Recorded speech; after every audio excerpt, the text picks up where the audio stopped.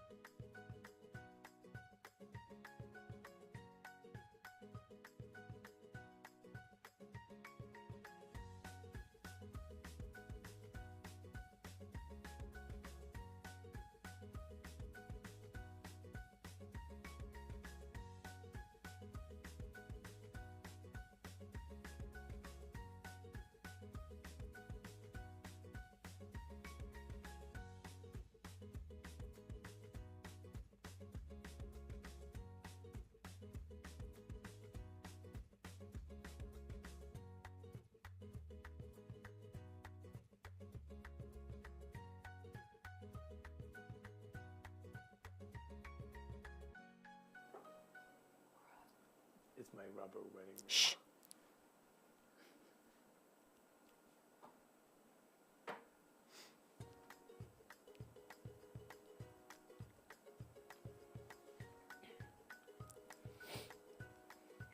Hello, hello, friends. Welcome to a very special live edition of Heal Squad. Thank you for joining us. If you're new to the show, welcome to the squad. We like to get better here in all areas of life, especially health and wellness, because as Maya Angelou said, when you know better, you get better. And we always say, when you know better, you can do better. Actually, I think I've screwed up her quote so many times now. I think she says, when you know better, do better. And we changed it to, when you know better, you get better. So it's all of that. It's all of the above. We are going to start with a quote from Maya Angelou today. When women take care of their health, they become their best friend. I love that quote. And I love that Maya Angelou was talking about health. I never knew she talked about health like that. Me neither. So I think that's really fantastic. It's going to be a great day. We're going to learn a lot of things today here. I have been waiting to share with you all so much of what's gone on in the last, almost year of my life. Because last June I was diagnosed with type 1 diabetes, and that kind of rocked my world. And then, of course, this past January, I was diagnosed with a neuroendocrine tumor, which is a form of pancreatic cancer. And so it's been rough not being able to share with the squad. Kelsey, you know, it's not like me to not be able to share things, but sometimes when things are so serious, you have to get to the other side. And for me, that's how I've always done things. I've had to get to the other side, make sure everybody's good, and then we can share from there, because it would not have helped me to have had a lot of fear around me, a lot of worry. And so we kind of go in stealth, we do it, we get better, and then we can talk about it.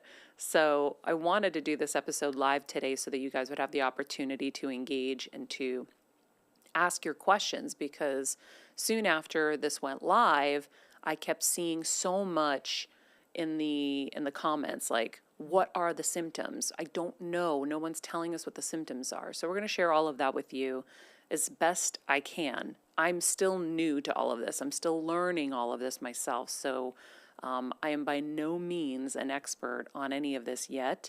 I'm just going to share what I do know, what I felt. And at some point in the summer, we will have a pancreatic cancer week, and we'll bring in all of the people that are most knowledgeable on that and the different forms. And then we're also going to do a whole diabetes week, because I had so many breakthroughs. And I know I was hinting at it throughout the summer. I was having the summer of Heal in Connecticut when I was diagnosed. And I was having so many breakthroughs all the way up till this diagnosis with the pancreas tumor. And I was doing so great, so great. And then this happened. And so I want to share all of that stuff now. I won't be able to get through all of it today, but throughout the coming weeks, we will be sharing everything. But for the purposes of today, I want to make sure I answer a lot of the questions that I have been seeing. And then before I get into that, I do have some special giveaways from Prenuvo, the scanning company that discovered this tumor on my pancreas. We have 2 free scans we're going to be able to give away today. I'm really excited about that, and a big discount, so that if this is something you feel like you need to do, we're going to be able to give you that discount today as well, and we'll offer it in the summary of this episode. So if you don't have time to write it down because you're driving right now, and you're listening to this, we'll leave it all in the summary so you can access it. We have some really cool weeks coming up on the show. Tomorrow, I'm doing a very special show live from Macy's. Well, it was live to tape. I did that while I was in New York the other day. This is actually really live. I'm excited to be live, by the way. I haven't been live in a long time. We used to do the show live. It's been literally like 3 years. Yeah. I just, for me, I'm waiting to talk about last night's episode of Succession. Me too. Obviously, 90 Day Fiance. I We're can't gonna wait get to like discuss. so Barry, is we that saw later Barry in the last show? night. Okay, that's not part of the show, but maybe at the end we can. But we, of course, if you don't know, Macy's is a big supporter of this show, and we're so grateful that they are here to help empower us to be better in all areas of life, whether it's our health, our fashion, our kitchen, whatever it is. I have a curated page at Macy's.com/Heal Squad that you can go ideas for anything you want fashion-wise. I've got really cool summer vacation things on there. A lot of things I just wore at the Westin on my trip. My cover-ups and things that I bought from Macy's are on there. So you can take a look at that. But this show tomorrow is going to feature Andrea Orbach, my personal trainer and friend. She's a mom. It's a special Mother's Day episode. We're doing Mother's Day gift ideas. So if you still need some ideas, we have some really great ones there for you guys.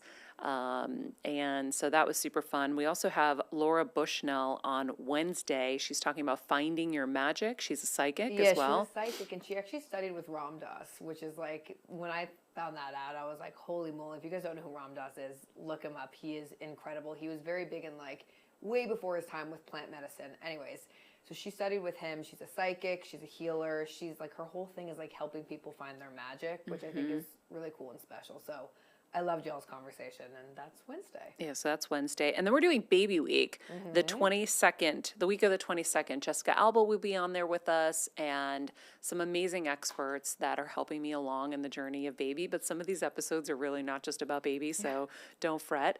And then we will be doing, like I said, a special curated week on pancreas cancer and diabetes. So that will be coming up.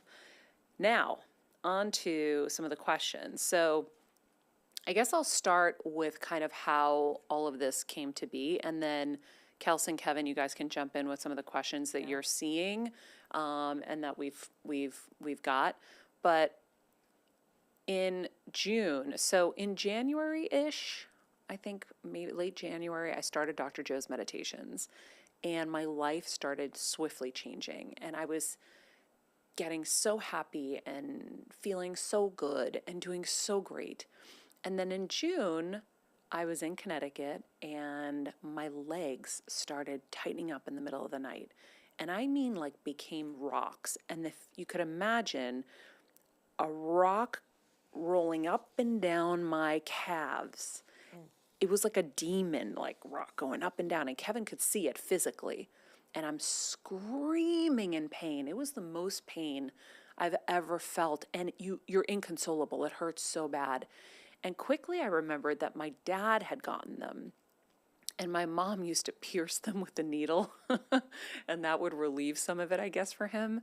I think for him it was dehydration. So I thought instantly I must be dehydrated. So I got a nurse over the house, who's now my friend Deirdre in Connecticut. And she gave me an IV. I felt a little better, but everything was still kind of hard in my legs. And so I said, Kevin, something's not right. I need to go to the hospital. And I went to the hospital in Connecticut. And that's when they told me that I was type 1 diabetic and my A1C was a 10.6. And my first reaction was like, no way, there's no way. I ate so many things before I came here because I thought I was dehydrated. I thought maybe I had low potassium.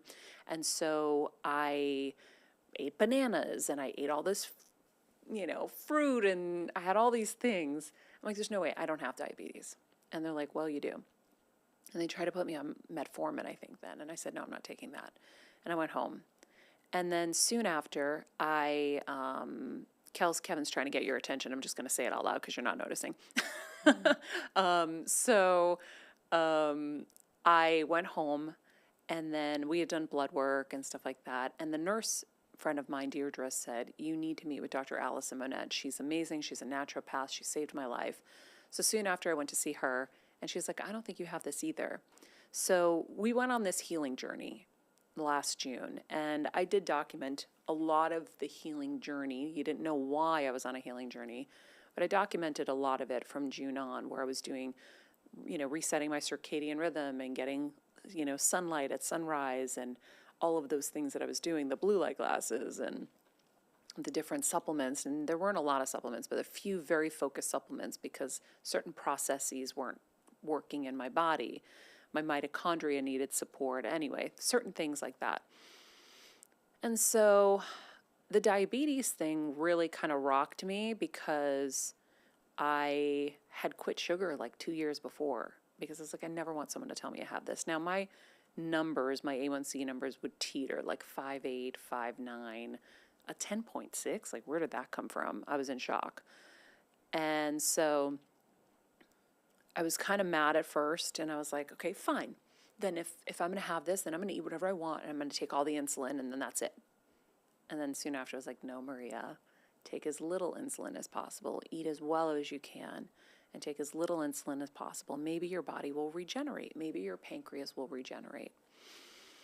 So there's a whole diabetes journey that I will share when we do that week, where some pretty miraculous things took place that kind of shocked my doctors. But we'll leave that aside. And this was, by the way, this diagnosis came 6 months after getting COVID. And I have a lot of different studies that I have read that there is a prevalence of diabetes that's significantly higher in people after getting COVID. I had really crazy numbers, like 40% or something, but the NIH, the National Institute of Health, says evidence clearly has established that patients with COVID-19 have a greater prevalence of hyperglycemia. And then there's also studies that show a higher prevalence of diabetes in patients with meningiomas, which I also have. That's the brain tumor. So COVID has definitely done a number on our bodies. I really, really believe that. I think it's very clear with the vascular diseases that everyone's presenting with. When I was in the hospital for diabetes, they had like 10 stroke patients in there. They're like, this doesn't happen. So heart attacks, there's been a lot of things. And so diabetes is one of them. And so flash forward, sometime in the fall, I was on a plane and I had excruciating abdominal pain. I thought it was because I ate the farro salad. I remember that. Right? And I'm like, maybe I'm becoming gluten intolerant. Guys, it was so painful. I thought I was going to die. And I had 3 more hours left on my flight. And I couldn't take it. My stomach, my insides are being torn to pieces. Okay, got past that. And then in November, I had excruciating abdominal pain again, where I was buckled over. It wasn't like one area, it just all hurt so bad. And I was just, wanting to pass out and die. It hurt so bad. Rushed to the hospital. They did a CAT scan, and they said everything was fine. All the organs are listed as unremarkable. Spleen, unremarkable. Pancreas, unremarkable. Go home. At some point that passed. I also, and this is like TMI, I also had diarrhea for a month and a half. And I thought it happened after I ate at a certain restaurant, which, by the way, I ate at that restaurant yesterday, Kevin. I didn't get it. So I was blaming this restaurant. You and me both. So, well, by the way, it could be. at times, like, it could have been true. Yeah. But this was like a month and a half of diarrhea. You can't, Yeah. that's not normal. But I did all the stool tests. They all came back negative. And now as I look back at the last like 2 years, because Dr. Donahue, the pancreas surgeon, was like, this has been there for a minute, like a hot minute, a while. I look back, I had these bouts of diarrhea a few times. And I did the stool tests every time. And I hate doing them and they're annoying, but I'm so on top of my health that I did them. And they all came back negative. So I got the CAT scan, I did the stool test, everything was negative. Eventually, that went away and I got better. And I was feeling great. Maybe a week before diagnosis, I was on the phone with my primary and I'm like, I feel great, but I do feel this pain, this like throbbing, swelling something in my upper left area just by the rib cage. And I was like, and then I had some lower abdomen stuff because I had a fibroid there. We had discovered in January last year, not this past January, the year before. And so I knew I had a rather large fibroid. I was trying to figure out how to deal with this naturally. How could I get rid of this? Or do I wait it out? Because they say when you get menopause, they all disappear. And I was like, well, maybe menopause is around the corner. I'm turning 45. Maybe I can hang on. I don't know. So all this stuff was going on. And then in December, my friend Anastasia Soar had invited me to her birthday party. Instantly, I'm like, yes, December 27th. I knew I was going to be home for the holiday. And so after I replied yes, at some point I talked to my dad, and he wasn't feeling well, and he had a cold. His caretaker was not going to be there for the holiday. He was going to be alone in the house, not alone for the holiday because we have lots of family back there. I was like, Kevin, I got to go back home. I can't leave him like this. I said, but I'm going to go in and out because I have Anastasia's birthday party, and I know people can be flaky, and I would hate for her to not have people show up or for it to be a low turnout. So I'm going to go back. So I went back. Normally I would stay in Connecticut. You guys know I love my dad and I want to be with my dad as long as possible. And you were pushing me to stay. And I was like, no, I have to be at her party. And I just kept saying, I have to be at her party. I have to be at her party. And so I go to her party, and this woman, Alina, comes up to me, and she's like, I've been trying to reach you through your producer, Kelsey. You know, you've got to come in. I've got these scans, Prenuvo. We want you to come in. Which, side note, she actually connected me through Justin Baldoni. Just a little. Well, funny, because Justin Baldoni told me, I've been telling you about this too. This has been trying to come into my orbit from so many different angles for a while now. So anyhow, I said, okay, she was very aggressive. And I was like, okay. And so we went in, Kevin and I think it was January 16th, we went in to get our scans. And I prepped them to let them know I had a brain tumor left in there because I didn't want the guy to be freaked out thinking he has to deliver news that I have a brain tumor. And that's when, we went through the scan, and the next day we went through the scan, and he found this large mass on my pancreas. And I was like, oh my God. So Kevin and I are sitting there, and he goes, hold on a second. And because they go through your whole body all the way down. As we're getting lower, I'm breathing a sigh of relief because I was afraid of what they were going to find. And a lot of people don't go get tests, or they don't go to the doctors or anything like that because they don't want to know. But guys, you want to know, especially if you can catch it early. So I went despite my fear. But when he got to the pancreas, he saw the mass, and it kept persisting in every image. And that's when they know it's actually a real solid mass. And he's like, you have a large mass on your pancreas. And instantly I'm like, pancreas cancer? In my head. And so I looked at him, and I go, so I'm a goner, huh? And he was like, you need to go to the hospital right now. And so I was like, okay. So I texted Dr. Aaronin, and I said, I'm at this outside scan facility. They're saying I need to come get an MRI right away and come see you. So we went right over there, and Dr. Aaronin was like, I hope this is the dumbest radiologist you've ever met in your life. This would be the cruelest joke. And, because he had already gone through the brain tumor with me, through my mom's, through my parents getting COVID. Like, it's just been a lot of health journeys. It turned out he was an amazing radiologist, the Prenuvo person doing it because he really knew just from what he saw. Yeah. He didn't just, he did say mass, but he knew what it was. Yeah. And that's why he was white as a ghost. Yeah. And It then we were wasn't- consoling he knew it him. wasn't benign. He knew there was something, he knew what it was. I was like, don't worry. I'm like, thank you for telling me. Please don't be sad. I'm like, I've dealt with a lot of stuff. Like, I don't know. We'll figure it out. But so anyway, we got the scan, the official MRI at UCLA that night, and they were like, yeah, it's definitely something. So from there, Dr. Aaronin, God bless him, as an amazing advocate and doctor, pushed and pushed and pushed to get me in for a biopsy that Monday morning. And, the doctor who was going to perform the biopsy is a really nice doctor, but his opinion, and this is where where Tony Robbins comes in. I'm going to teach you guys what he says, and I love it. Doctors can be sincere, but they can also be sincerely wrong. And so this doctor was like, listen, this is nothing. This is just pancreatitis, maybe inflammation. I've been doing this for 20 plus years. This is nothing. He's like, but this guy, and he points at my doctor, has been like up my butt to get you in. So we're going to do this, but I just want you to know you're fine. And I was like, I hope you're right. Yes, that would be amazing. And so when I came to after the biopsy, he goes, so it's definitely something. Me and Kevin were just like, what the F? That weekend after we found out, that's when I was like, that Saturday morning after the first MRI, I just was like guttural crying because I'm like, how could God finally bless me with a baby and then take me before I get to meet her?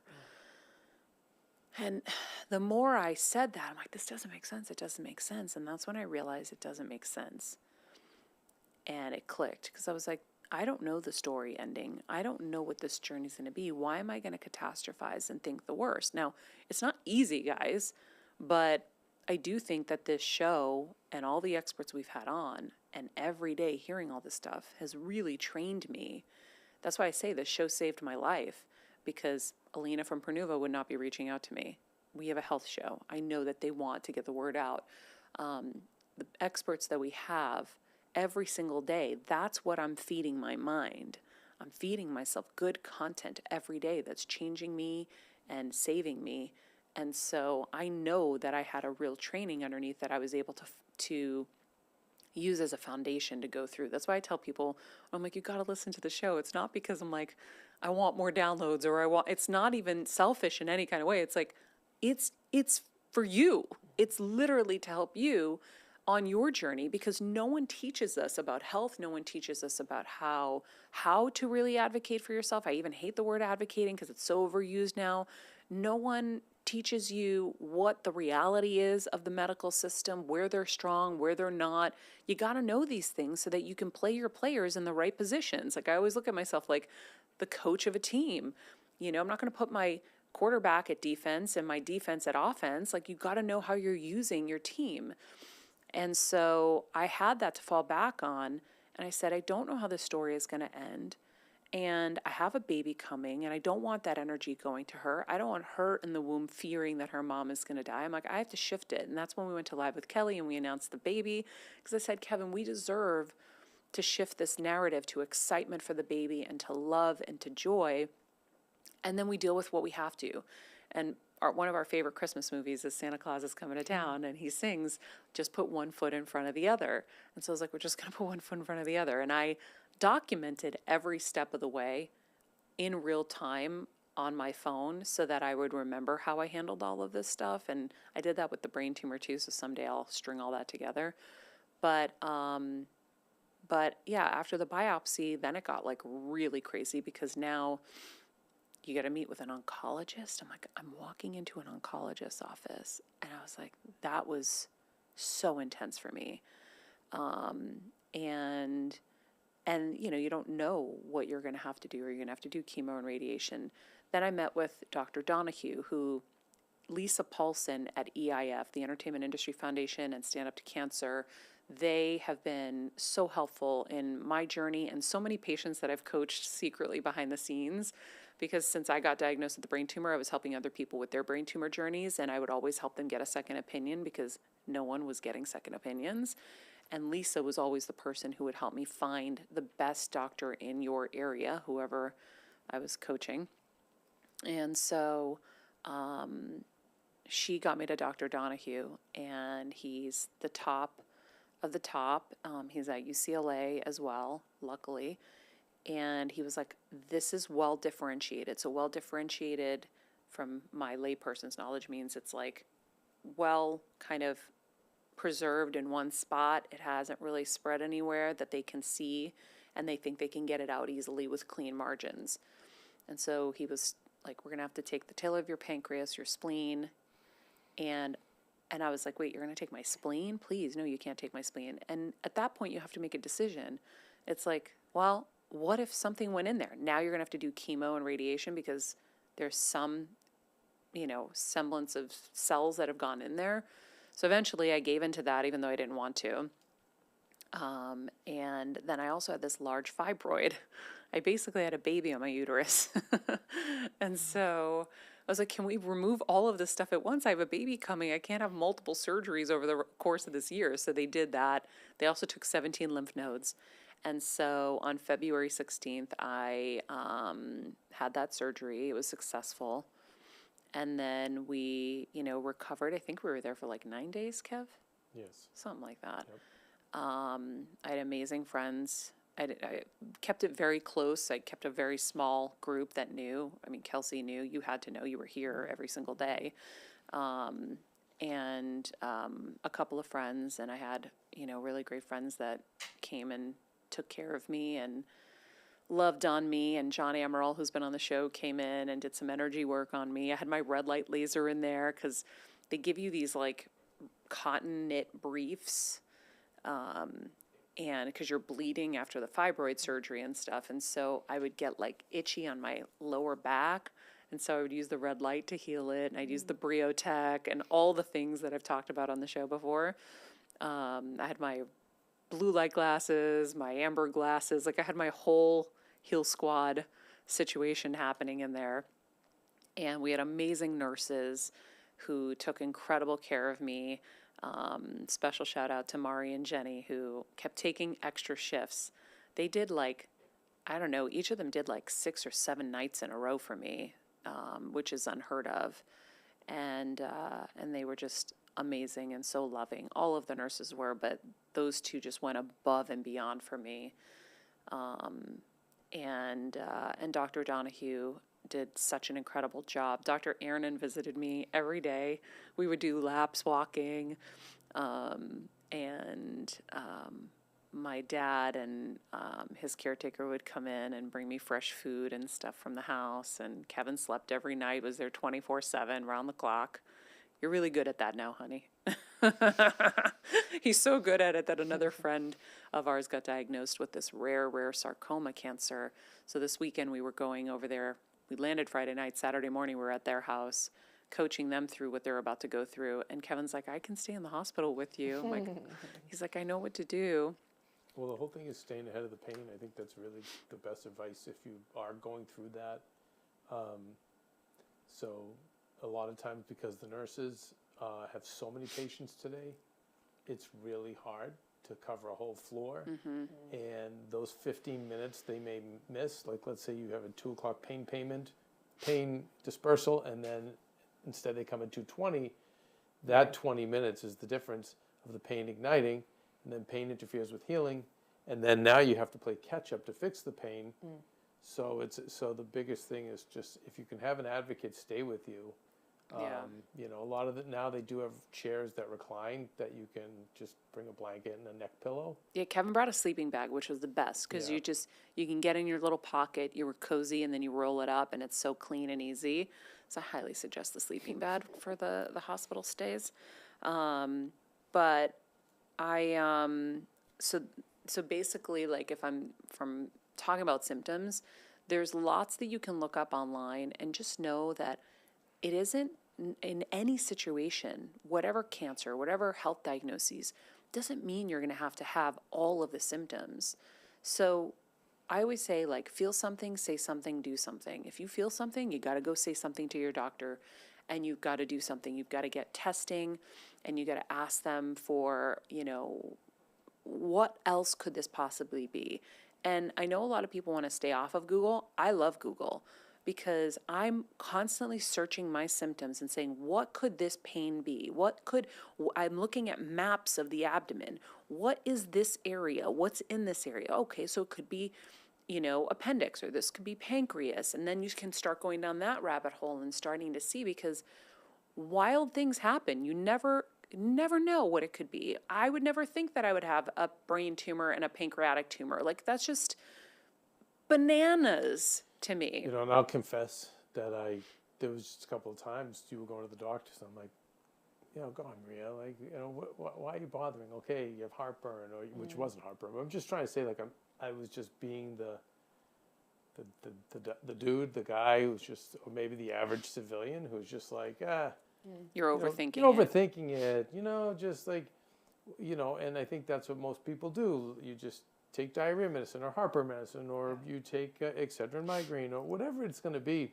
Great point. And you stayed on it, and oh my goodness, boy, am I like, talk about eating crow, like I'll never.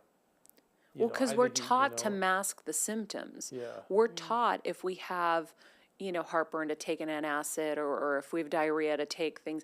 We're taught to take these things, but these things are happening for a reason. Now, if you ate something bad last night and you're taking it and you need like just that quick, okay, that's different. But if this is still happening, anything that's persisting, you need to go to the doctor and you need to make sure you're heard. And I heard a lot of people on social media talking about how women feel like they're not heard.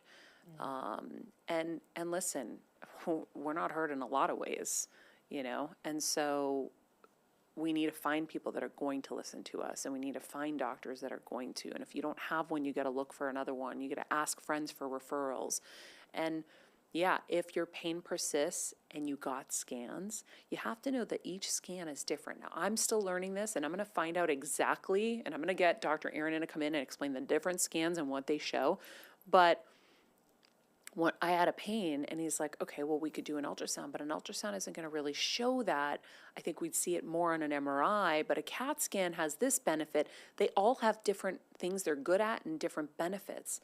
And so the more we know as the layperson, the better we can also direct doctors and say, you know what, this pain is feeling like this. I feel like we need this kind of scan. And you can also, help along the way.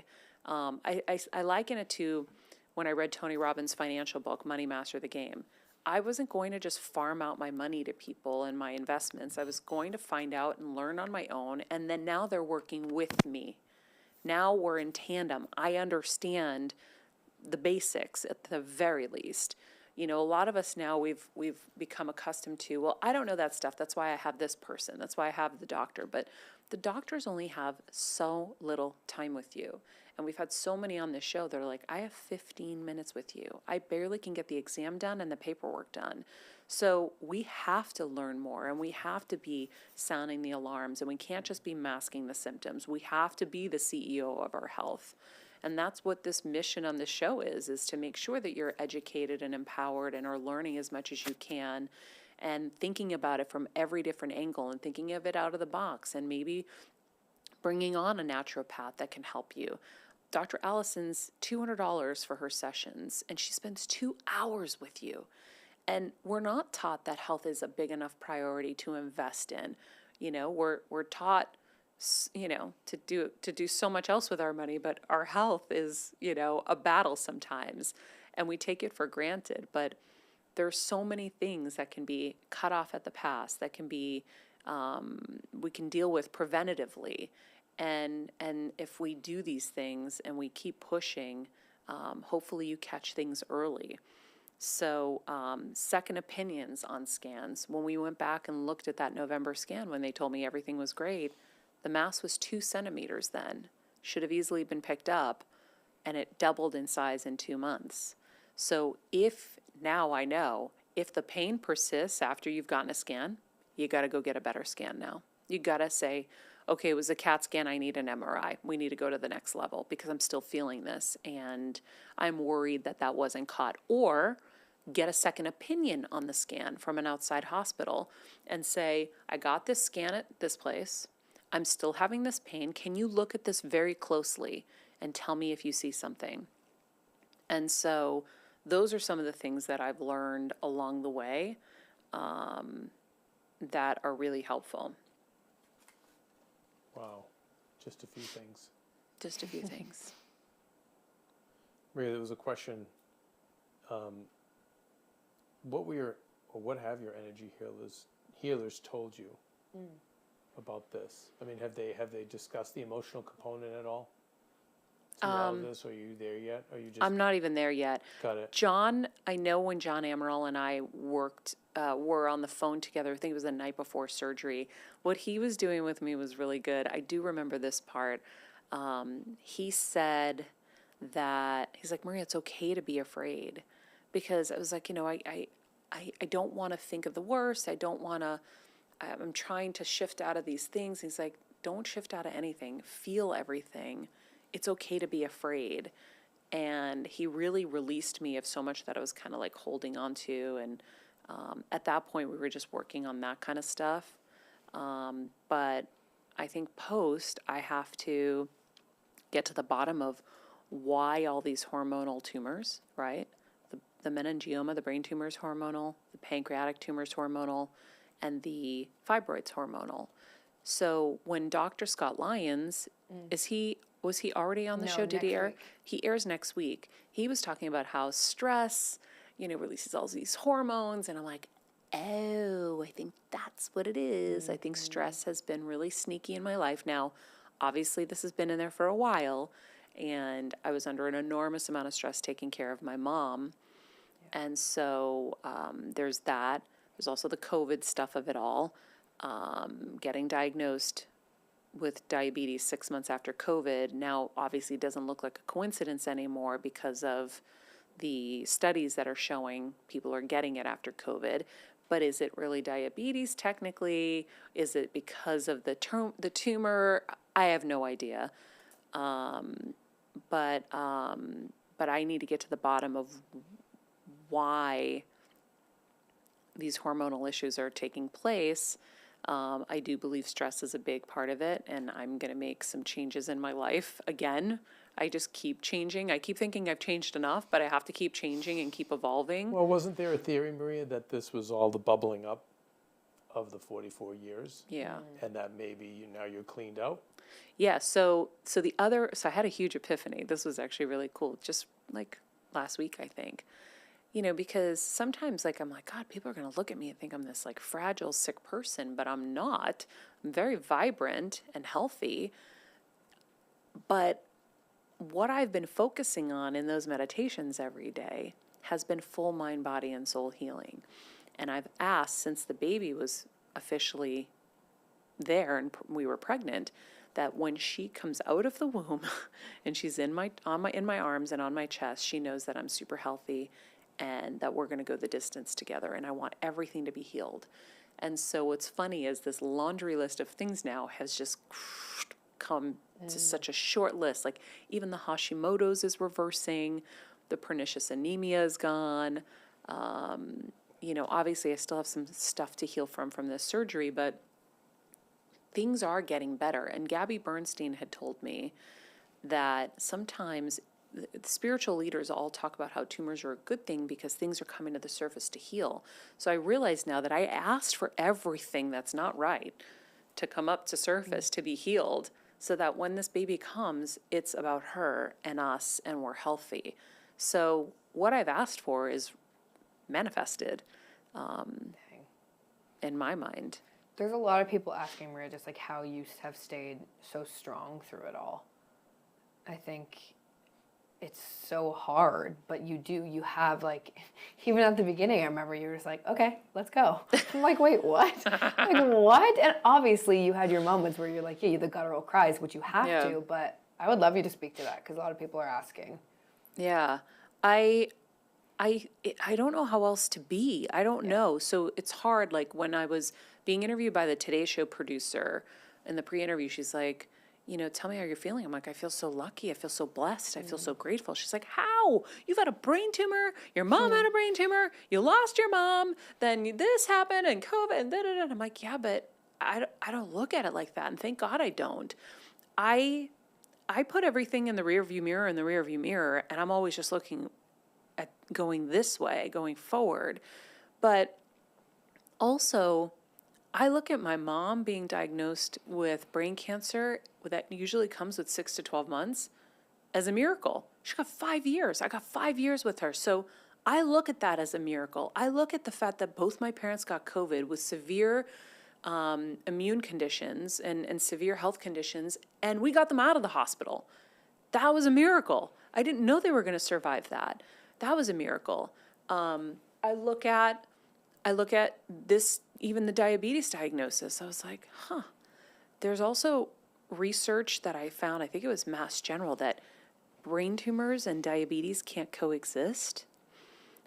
People who have diabetes won't develop brain tumors. There's a bunch of studies that I read, and I can't remember them all right now, but I was like, I've been asking for the remainder of the tumor to be healed.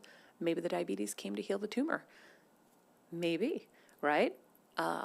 So I look at that as, okay, I got through that, and I had miraculous results with the diabetes. Great. The pancreas tumor, the fact that so many people were trying to get me to Prenuvo, right?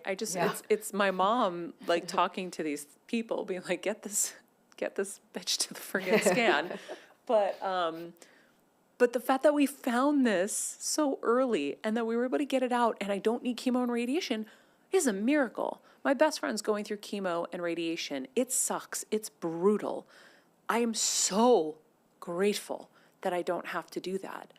But in life, life is going to keep hitting. It's never going to be perfect. And we're all going to go through something in life. It doesn't mean it has to be a health crisis. My sound is going in and out of my ear, Natasha. I don't know if my audio is. Sorry, guys. So little tech talk. But I just keep looking at the good part of all of this. Doesn't mean that I don't have my moments where I'm scared, where I'm sad, where I'm scared. But for the most part, I see the miracles in all of it. And I'm now every day I realize I do know I'm strong and I can handle anything. And by the way, when we had Deborah Silverman on the show, Deborah Silverman's an astrologer. She came and did a session with me. And she's like, you're a healer and you can heal anything that comes your way. And that's a line that I keep repeating to myself. I am a healer and I can heal anything that comes my way. And I don't know what life has in store for me. I just know that I can do it.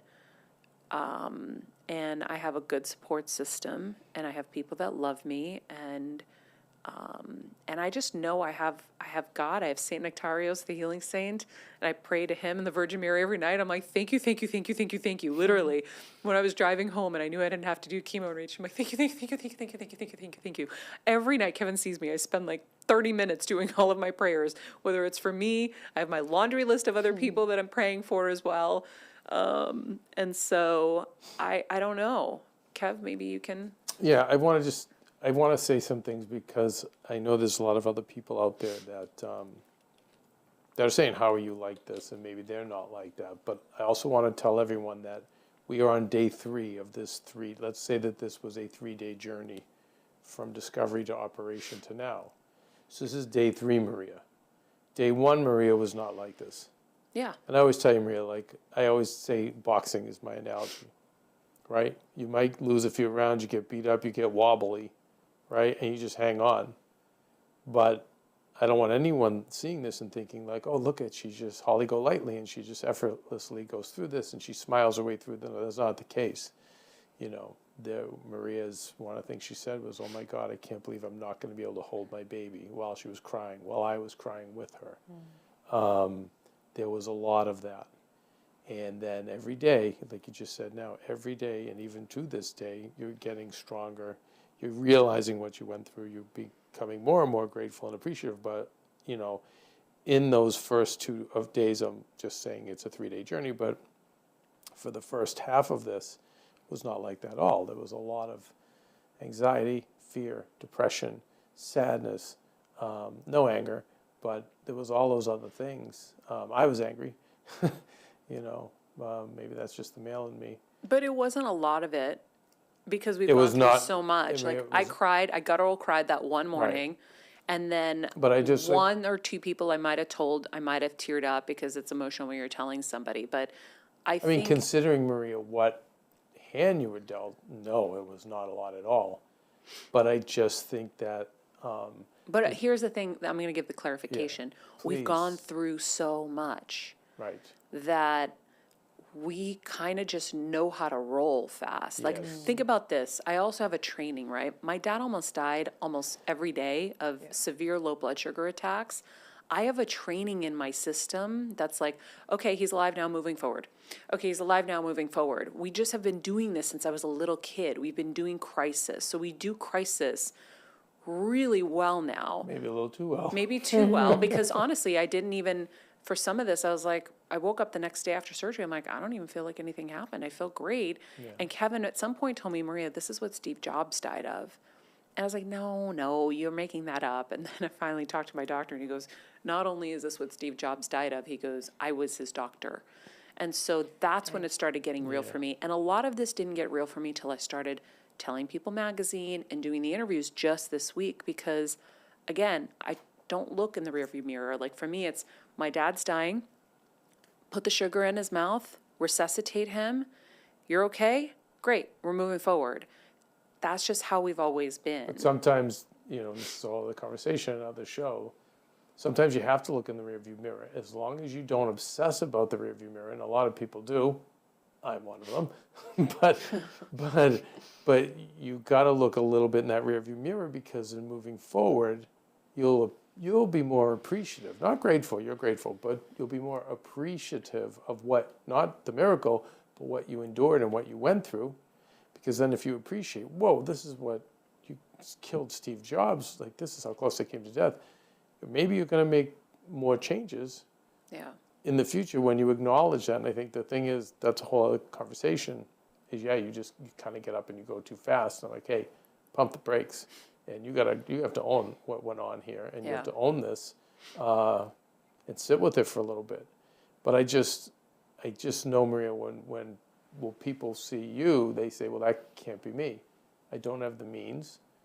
I don't have her stature. I don't have The access. a husband's going to sleep next to me, a dad who's going to cook for me, but I just want people to know it's not. Everything's different. It does, but it also doesn't look like it appears. Yeah. It was very painful. It was very It scary. was very sad. The reason it seems like it was faster is because we moved so fast. Yeah.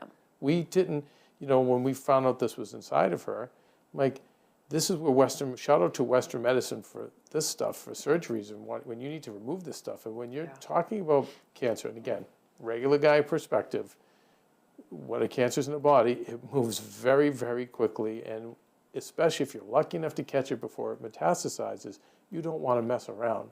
And, they were like, we can wait a couple of weeks. We could do this. We could do that. The other people were giving you other healing modalities. Kevin was like, get it the F out. Get this out. And so we moved really, really quickly. So, yes, you almost didn't have time to sit with it. Yeah, it was like from diagnosis to surgery might have been 3 weeks. At the most. So we did. So yes. So you have more preparation because you've been through more with your brain tumor, your mother's brain operations, and everything she went through, and then your dad growing up. But I do want to just let everyone know, I'm telling you as the person with the front row seat to this. Well, it's not to feel bad that you can't handle something or you're not handling it well. I always say, I like to offer another way to look at things and another way to model. Like, I modeled my mom. I watched her go into brain surgery with a smile on her face. Who would have ever thought? I thought you're supposed to cry, or you're, and maybe you are. If you feel like crying, cry. Yeah, then cry. But my mom was a G. She went in with a smile, and I'm like, okay, if she can do it, I can do it. And so I think that we look to people sometimes, and to me, my whole life, I always look at someone like, if they can do it, I can do it.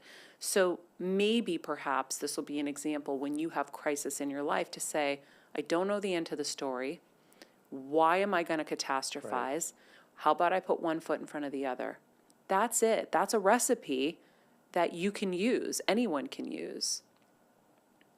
Right. Can I pivot quickly? Because there's a lot of questions coming in about neuroendocrine cancer versus pancreatic, and I want you to talk a little bit about that. And people asking to clarify and what the difference is and all that. So this is how I've been explained to, and again, I'm not an expert. I don't know very much yet, because to me, I've just been recovering from surgery, and I basically rushed this announcement because I have a baby coming, and I don't want it to be about this after. So I still have stuff to learn, but Dr. Donahue described it as when you have pancreas cancer, there are two buckets. There's the one you want to be in, and then there's the other one. Same thing with the brain tumors. It was like, if you're going to get a brain tumor, this is the bucket you want to be in. So I keep getting lucky that I get in the bucket you want to be in. The neuroendocrine tumor is the better bucket. The other one, I can't even say the name right. It's adenocarcinoma. That's what they thought I had. They didn't share that with me, but it was on my biopsy report that they thought I had that. Luckily, they didn't tell me because I definitely might have gone into a dark place. So that's what I know, but we will do stuff with the neuroendocrine tumor societies. They've all been reaching out, and we will go in depth on it because I did see a lot of people wanting to know more about it. Perfect. And I'll have an expert to come I to. have a question here, Maria, and this is a tough one. How do you suggest advocating for yourself when you're trying to get answers about your health, but when the logistics of insurance won't help you? So insurance is a nightmare. I hate dealing with it. It's so hard, and I feel so bad, especially for people where English isn't your first language. I don't know how my mom and dad did it, to be honest. Yeah, no kidding. So I'm especially sensitive to that. It's really hard. I think that you have to just keep pushing. If that doctor isn't listening to you and you say, I have a pain and I don't believe it's that. Because doctors, a lot of the time from what I hear, they'll be like, oh, it's probably just heartburn, just take some heartburn medicine, or it's probably just this, it's probably just that. You know your body and you know what's right and what's wrong. The problem is a lot of times we just want to hear the better news, and so we're like, oh, great, he or she said this is all it is. But if it's something that in your gut you're like, I really don't feel good about this, and that doctor isn't listening, you have to get another doctor. Or you have to, I've been telling a lot of people to get a naturopath on board, because at least a naturopath is very investigative. From my experience, they want to get to the root cause of something. The regular medical system doesn't get to the root cause. They're coming up with what's happening, so we have a diagnosis, and what's the medicine or the procedure that we can do. That's kind of the wheelhouse there. And it's useful in the situations that it's useful for. But to get to the root cause, you have to find a naturopath. Now, there's specialized naturopaths that there's like endocrine naturopaths, there's reproductive naturopaths, there's people who have Hormone specialties. specific, yeah. Yeah, so you can look those up and just find one near you. So you could just say naturopath specializing in endocrine system near me. And that could be another route.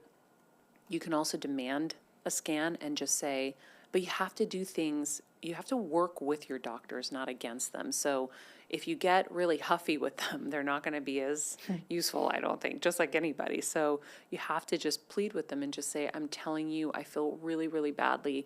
This really hurts. It's been persisting, and I'm really concerned that this is something bigger, and I would hate for it to progress in this time. Of us just thinking it's something else. I really would love if you would advocate for me to get this scan and help me with insurance, because they're denying me. So if you get your doctor to work with you, then, I've had that experience sometimes, even before I was on TV, where I was like, they're not letting me do this. And they're like, okay, we'll reach out. So they have the capabilities to reach out and help. So you have to, right? Use some honey to try. And then, again, these outside scan companies, I know they cost a lot of money. I think it's $2,000 for the full body Prenuvo scan. $2,500. So we are going to offer you guys a discount for $300 off, but also they can do partial. Like if there's just the abdomen you're worried about, then they'll just do the abdomen scans. I'm pretty sure. I didn't know that. I'm pretty sure they can do that. So you can do something like that. And at that point, if you have to go on a GoFundMe and say, I need help, I need this scan, I've been not being heard by my doctors, people are really, really giving. You put it on your Instagram, your family and friends, they will contribute. Ask for it for Christmas. What a great Christmas gift to ask all of your friends and family, I want to do these scans annually. To me, it's an annual must because they're incentivized to find something, to be very, very cautious and look for things. And there are things that they're not good at as well, and they'll tell you that, like mammography, like breast tumors, they can't see anything unless it's 1 centimeter. But even MRIs can only see things at a certain, in the doctor's office can only see stuff with a certain size. So I will share with you guys since we're talking about it. So we have a discount link for you guys as friends and followers of the show. It's a $300 discount to the price of the whole body scan across all of their facilities. They're in LA, San Francisco, New York, Dallas, Boca Raton, Chicago, and Minneapolis. And their new facilities that are coming are going to be Boston, D.C., and Atlanta.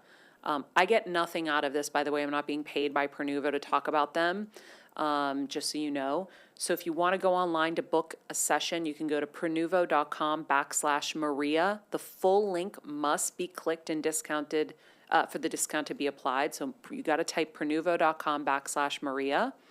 If you want to do over the phone, you can call Prenuvo and just mention the code Maria. The giveaway, they are going to give away 2 complimentary whole body scans valued at, Kelsey remembers, $2,500 a scan just for our audience. So we're going to give 1 lucky Patreon member because our Patreon members have been OGs. They've been with us forever, and they have supported this show all the way through. So we're going to give 1 lucky Patreon member. We're going to put everybody's name. We're going to, at random, pick somebody. We'll film it so everybody can see. We're going to give 1 lucky Patreon member. And if they don't live in that city and can't travel to it, we're going to find out, and then we'll put it back in for somebody else. In fact, actually, we should, no, because they might want to travel. So, yeah. They might pay for that. Yeah. And then we'll give the other one, we have to figure out how we want to do it. If we can do it over maybe Instagram or something? How do we do it? We could do it over Instagram. We'll talk about it. But we could do a post and have people do the whole comment, share, and then pick at random. Okay, so we'll do the other one over Instagram on Heal Squad's Instagram. So you guys can be entered to win that. Any other last minute questions before we wrap? I just want to say I'm putting all of this also in the chat on the live IG right now. So I put Prenuvo in there. I put our Instagram. And if you haven't joined our Patreon's really amazing, guys. I think it's $10 a month. Yep. And we have a healer or one of the amazing experts from the show that does a full session with our community. It's very intimate. It's amazing. You get to engage with them, and these people don't even do sessions anymore, generally speaking, so it's amazing access. You also get ad-free shows, and we do a lot of giveaways for our Patreon members, just like this, and we'll be doing more, so just a little moment for Patreon. And I think just another reminder, Maria mentioned this at the beginning, but I know a lot of you have so many questions, like specific to the diabetes, specific to the Hashimoto's. Like, we want to break this up into multiple different episodes so Maria can really fully deliver for you all. So we're going to do old diabetes week, go more into the pancreatic stuff. Now I'm writing down, Maria, do a full Hashimoto's episode. Yeah. So, which, by the way, Hashimoto's is very prevalent after COVID-19 infection as well. One of the other questions that I kept seeing was the fibroid related to cancer, and it was not. Just for anybody who wanted to know that. That's something that's really prevalent in women, is fibroids. It's very common, and then they come back and all kinds of things. So people kept asking, too, you didn't get pancreatitis, did you? No. Yeah, interesting. No. No, it's really, really hard. That's why you feel something, you say something, you do something. You cannot think it's nothing and just keep moving on with your life. Most of us do. And Kevin, I know, because he thought I was a little bit of a loon, but I'm not a paranoid person. I'm just listening to my body. When my body's screaming at me, I listen to it, and then I investigate, and then I try to use the different resources, whether it's Western medicine or Eastern medicine, and say, what could this be? In this case, no one knew. My doctor was like, Maria, we just did a scan. It was clear. Everything is checking out. My blood work was perfect. And funny enough, neuroendocrine tumors usually secrete some kind of hormone. We did all the tests. It was secreting none of them. So it wasn't, there were different names for the tumor, and it never fell into any of those categories. So you wouldn't have even found it through blood work. It's really because I just was feeling a little throbbing. And so in December, I was researching thermography, because I'm like, I guess maybe I'll look into thermography. What's maybe that? It's like a less invasive, non-radiation-y kind of way to find. A lot of people are actually using them in place of mammograms, I guess, because mammograms are getting a bad rap now. We'll get into that as well on Heal Squad. That's what we do. But I didn't think it was going to, from whatever my research was, that wasn't going to find it. I was actively looking to figure out what this was. So you have to listen to your bodies, friends. And like I said, if you're new to this and you're watching this on Instagram or YouTube or Facebook, wherever you're watching this, join us on this show. It will be your accountability partner every single day to make health a priority. I always say when we're young, we're taught from go, like get good grades, be something, score really well, go to college, get your SAT scores amazing, get a big job after college, and then maybe now it's get married and have kids and health. You're leaving out a couple of important things. What? Be a queen. Be a queen, get lots of likes. Get lots of Popular. Get super popular. So come true. on. Shit, I can't believe I forgot those things. Yeah. But Come on, no Maria. one teaches us about health, and that's my mission, is to help you realize that your health is just as important as your career, maybe more. I'm not going to ask for too much, but as long as we can give it equal consideration, we're going to live a better life, and we're going to live a healthier life. And so I know you might also think, wow, well, look at Maria does all this stuff and she's still having all these things. But it doesn't mean that the things that I've been doing haven't helped me, because I'll tell you, I recovered really, really well and really quickly because I had been optimized and done so well. And honestly, the tumor not spreading, maybe because of all the other things I had been doing too, maybe because I had cut out sugar years before. So there's a lot that we can do proactively. And like I said, I love this show for that reason. It keeps me wanting to do all the right things. Like if I don't want to take my supplements tomorrow, or I don't want to wake up and get my circadian rhythm going and get my sunrise light, any of the things I want to get lazy on, I can't, because this show's in my face every single day. So I highly recommend that you and whoever you love in your life, you pass this on, because it saves lives. And up until this point, I'd been hearing other people in the comments on Apple Podcasts or emailing us, the show saved my life, or it's changed my life. Well, it's saved mine officially now. So I now can say that the show definitely saves lives. And I'm so grateful to all of you for being a part of the Heal Squad and being a part of this community. And, we'll keep talking about all this stuff, and we'll keep maybe doing some of these live chats, because it's kind of fun. But thank you guys, and I think that's it. Am I good to say goodbye, Gracie? Good night, Gracie. The only thing you did not mention is signing up for the newsletter. Oh, go to mariamenounos.com. Or if you don't know how to spell that, go to healsquad.com. Heal Squad will redirect you to mariamenounos.com. Sign up for the newsletter. We do weekly giveaways there too that are really awesome. And lots of other really good, helpful info there as well. Perfect. All right, friends. I Oh gosh, this is where it's going to go Oh, off. I don't think Romulus is going to end up taking over succession. I think that. No, I don't think so either. Right. What are you thinking, Kelsey? Well, first of all, I thought Shiv was going to all the Shiv way, is but killing me right now. I'm so angry with her. She's killing me. By the way, poor Tom, a.k.a. Jeff Poor Graham. Tom. listen, guys, people make poor choices in life every single day, Oh, and when he Shiv is went- just a shining example of it. You know what I think they're doing though? It's like every episode they just are like getting douchier and douchier and like self-sabotaging just because they have to end the show some way. So they're just gonna like self-implode. Well, remember, they're the second string. Yeah. They're not the dad. Yeah. Guys, we just went from pancreas cancer Okay, but to I succession. said, yeah, but we teased it at the top. People, This is listen, a like- taste of, let me promo for you guys. This is a taste of RGF. So if you want to listen to Regular Guy Fridays with Kelsey and Kevin, you can listen to that and get a little of this. But there's nothing more I would love to talk about than Succession right now. Someone said And Barry. Shiv's shaking my head. And Barry, oh my God, Barry's so good too. But and 90 Day Fiance, of course, our other favorite show. But we'll leave that to a chat show. But right now I have to wrap because I've got a lot of stuff going on today. Thank you guys for joining us on all the different platforms. We love you. We wish you health and an abundance of health. And we're always here. If you need us, you can reach out to us via the show or Instagram.